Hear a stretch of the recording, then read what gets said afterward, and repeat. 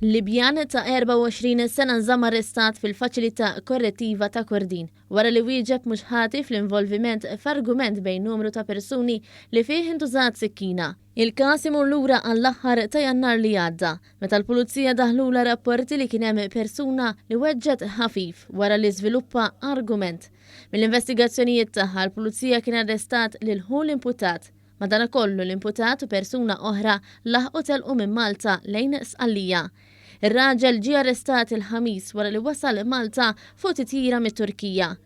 Mal-wasla tiegħu fl-Ajruport Internazzjonali ta' Malta, l-uffiċjali tal-immigrazzjoni żammew lir-raġel hekk kif il-passaport tiegħu immarka li r-raġel kienet jiġi mfittex mill-pulizija.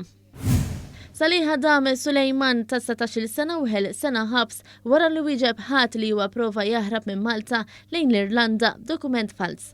U ġie arrestat mill-Pulizija tal-Immigrazzjoni fl-Ajruport Internazzjonali ta' Malta. L-Ispettur Carl Roberts mit-taqsima tal-Immigrazzjoni preżenta fil-qorti id-dokument fals li kienet jipprova jsifer bih l-imputat. Liema dokument huwa replika tal-Karta tal-Identità Spanjola. Mill-informazzjoni li kiseb Wan jidher li dokument fals sewa madwar €500.